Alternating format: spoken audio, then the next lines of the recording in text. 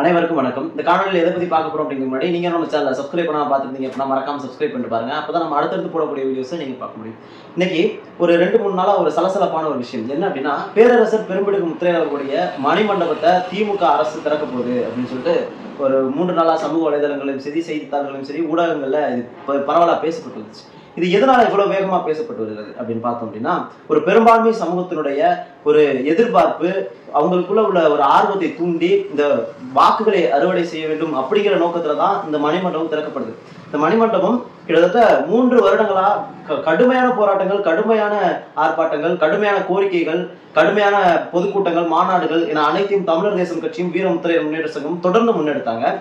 கிட்டத்தட்ட 2 பேரும் ஆர்ப்பாட்டங்களை மதுரையிலையும் திருச்சியிலையும் 1000 பேரை திரட்டி நடத்தினாங்க. அதுவும் இல்லாம பேரரசர் பெரும்பிடுகு முத்தையர் மணிமண்டபம் கட்டி அனைத்து வேலைகளையும் முடிக்கப்பட்ட நிலையில சமூக விரோதிகளின் கூடாரமாக மாறிய அந்த பேரரசருடைய மணிமண்டபம் பாத்தீங்க அப்படின்னா தூய்மையின்றி அந்த கண்ணாடி கிளாஸ் எல்லாம் உடைக்கப்பட்டு பெயிண்ட் எல்லாம் மங்கி போயிட்டு ஒரு பார்க்கவே சகிக்க முடியாத ஒரு நிலைமையில இருந்ததை வீரமுத்தையர் முன்னேற்ற சங்கமும் தமிழர் தேசம் கட்சியும் இணைந்து தூய்மைப்படுத்தும் போராட்டம் அப்படின்னு சொல்லிட்டு ஒரு போராட்டத்தை அறிவிச்சிட்டாங்க.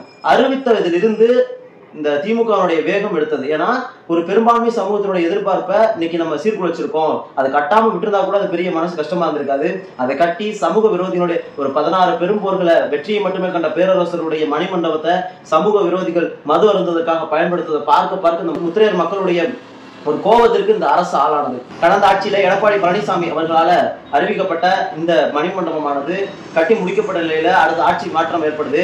ஆனா இன்னும் வரை அதை திறக்கல. இப்பதான் ஒரு வீர முத்தையர் முன்னேற்ற சங்கம் மற்றும் தமிழர் தேசம் கட்சி இணைந்து நடத்திய 3 மிகப்பெரிய ஆர்ப்பாட்டங்கள், 29 பொதுக்கூட்டங்கள், 10 பாராளுமன்ற தொகுதி மீட்பு மாநாடுகள் என பல்வேறு கட்ட போராட்டங்களை தாண்டி இந்த மணிமண்டபத்தை இன்னைக்கு திமுக அரசு, அது மட்டும் இல்லாம அனைத்து மாவட்ட ஆட்சியர் அலுவலகங்களையும் கோரிக்கை மனுக்களாக இதை நம்ம வச்சிருக்கோம். தமிழர் தேசம் கட்சி தொடர்ந்து கிட்டத்தட்ட 2 வருடங்களாக இந்த மணிமண்டபம் கட்டி முடிக்கப்பட்ட நிலையிலிருந்து இன்று வரை தொடர்ந்து குரல் கொடுத்ததன் விளைவாக இன்னைக்கு திமுக அரசு இந்த மணிமண்டபத்தை திறக்கிறதுக்கு முன் வந்திருக்காங்க. அதுவும் எப்படி திறக்கிறாங்கன்னா, காணொலி காட்சி வாயிலாக. இங்க இருந்து முதலமைச்சர் அவர்கள் ஸ்பெயினுக்கு முதலீடுகளை ஈர்ப்பதற்காக ஸ்பெயினுக்கு செல்லலாம் நேரம் இருக்கும். தென் மாவட்டத்து பக்கம் முதலமைச்சர் வராதது போலும், முதலமைச்சருக்கு இந்த மாவட்டங்களுக்கு வந்தால் ஏதோ சிரமங்கள் ஏற்படுவது போலும் இன்னைக்கு காணொலி காட்சி வாயிலாக இந்த மணிமண்டபத்தை திறக்க வேண்டும் அப்படின்னு முடிவெடுத்திருப்பது மிகப்பெரிய ஏமாற்றம் மட்டுமல்லாது எதிர்ப்பலைகளையும் இது ஏற்படுத்தி இருக்கிறது. ஏன்னா இன்னைக்கு தமிழகத்திலே 1,25,00,000 முத்தையர் மக்கள் வாழ்ந்துகிட்டு இருக்காங்க. தமிழ்நாட்டில் 15% முத்திரையர்கள் வாழ்றாங்க. பாராளுமன்ற தொகுதி 10 பாராளுமன்ற தொகுதியிலே முத்திரையர்கள் பெரும்பான்மையாக வாழ்ந்து கொண்டிருக்கிறார்கள். 40 to 70 சட்டமன்ற தொகுதிகளை மிக பெரும்பான்மை சமூகமாக இன்னைக்கு முத்திரையர் சமூகம் இருந்து கொண்டிருக்கிறது. இதனை கண்டு அஞ்சாமல், இந்த முத்திரையர் மக்களை பார்த்து அஞ்சாமல் இந்த ஆட்சியாளர்கள் இன்னைக்கு இது போன்ற நடவடிக்கைகள் எடுப்பதற்கு காரணம் என்ன அப்படின்னா, நம்மளுடைய வாக்கை எளிமையாக அறுவடை செய்து விடலாம். மணிமண்டபம் கட்டுறது மூலமாகவோ சிலை வைப்பது மூலமாகவோ இந்த வாக்குகளை எளிமையாக அறுவடை செஞ்சிடலாம் அப்படிங்கிற ஒரு அப்பாசையில் இன்னைக்கு திமுக இந்த வேலையை செஞ்சிருக்கு. ஆனா இது செஞ்சிருக்கிறது அவங்களுடைய எண்ணம் பலிக்காது. காரணம், தமிழர் தேசம் கட்சி தமிழகம் எங்கிலும் களமாடி கொண்டிருக்கிறது. தமிழர் தேசம் கட்சியினுடைய பொறுப்பாளர்கள் இன்னைக்கு தமிழகம் எங்கிலும் களமாடி இன்னைக்கு மிகப்பெரிய ஒரு வெற்றியை பெற்றிருக்கிறார்கள். 10 பாராளுமன்ற தொகுதிகளில் மாநாடுகளை நடத்தி முடிச்சிருக்கிறோம். மிக பெரும்பான்மை 15% வாழக்கூடிய இந்த மக்களுடைய பிரதிநிதித்துவம் இவ்வளவுதான் இருந்திருக்கு. இன்னைக்கு தமிழ்நாட்டில் 3 பேர் பாராளுமன்றம், அதுவும் நாடாளுமன்றத்திற்கு இன்று வரை முத்திரையர்கள் ஒருவர் கூட சென்றதில்லை என்பது மிகப்பெரிய ஒரு திராவிட ஆட்சியின் வரலாறு. அதை நம்ம இந்த இடத்துல பதிவு பண்ணணும். அது மட்டுமல்லாது வாழும் பேரரசர் எங்கள் தலைவர் முத்திரையர் மக்களுடைய குலபதியார் அண்ணன் KK செல்வகுமார் அவருடைய தலைமையில தான் அந்த மணிமண்டபத்தை திறக்கணும். அது மட்டுமல்லாது முத்திரையர்களுக்கு பிரதிநிதித்துவம் இந்த பாராளுமன்ற தொகுதியில வழங்க வேண்டும் என்பதை இறுதியா நம்ம சொல்லிக்குவோம். இந்த காணொலி இறுதியா நம்ம என்ன சொல்ல வரோம் அப்படின்னா, இது காலம் கடந்த ஒரு அறிவிப்பு. இதனால் எங்களுடைய மக்களானவர்கள் உங்களுக்கு ஓட்டு போடுவார்கள் என்று ஆசைப்பட வேண்டாம். தமிழக முதல்வர் நேரடியாக திருச்சிக்கு வந்து எங்களுடைய பேரரசர் பெரும்பிடுகு முத்தையர் மணிமண்டபத்தை திறந்து வைக்கணும் அப்படின்னு ஒட்டுமொத்த முத்திரைகள் சார்பாக கேட்டுக்கிறோம். அது மட்டுமல்லாது இந்த முத்திரையர் மக்களுடைய அரை நூற்றாண்டு கால கோரிக்கையாக இருக்கக்கூடிய வளையர் புனரமைப்பு வாரியத்தை தமிழக அரசு உடனடியாக நிறைவேற்றணும்.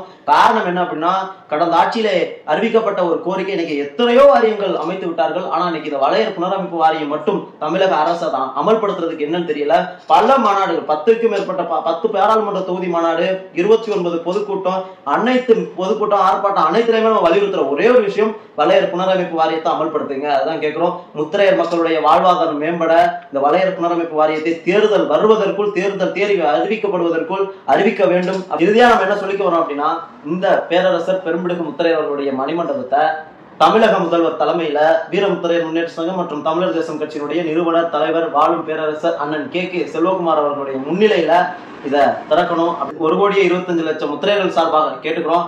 முத்திரையர் மக்கள் மீதான இந்த மெத்தன போக்க தமிழக அரசாங்கம் கைவிட வேண்டும். காரணம் என்ன என்றால், இன்னைக்கு இந்த முத்திரையர் மக்களுடைய ஒற்றை தலைமையாக வாழும் பேரரசர் சமநீதியார் அவர்கள் இன்னைக்கு அரசியலை கையில் எடுத்து எங்கள் மக்களை அரசியல் பாதையில் அழைத்து கொண்டு சென்று கொண்டிருக்கிறார்.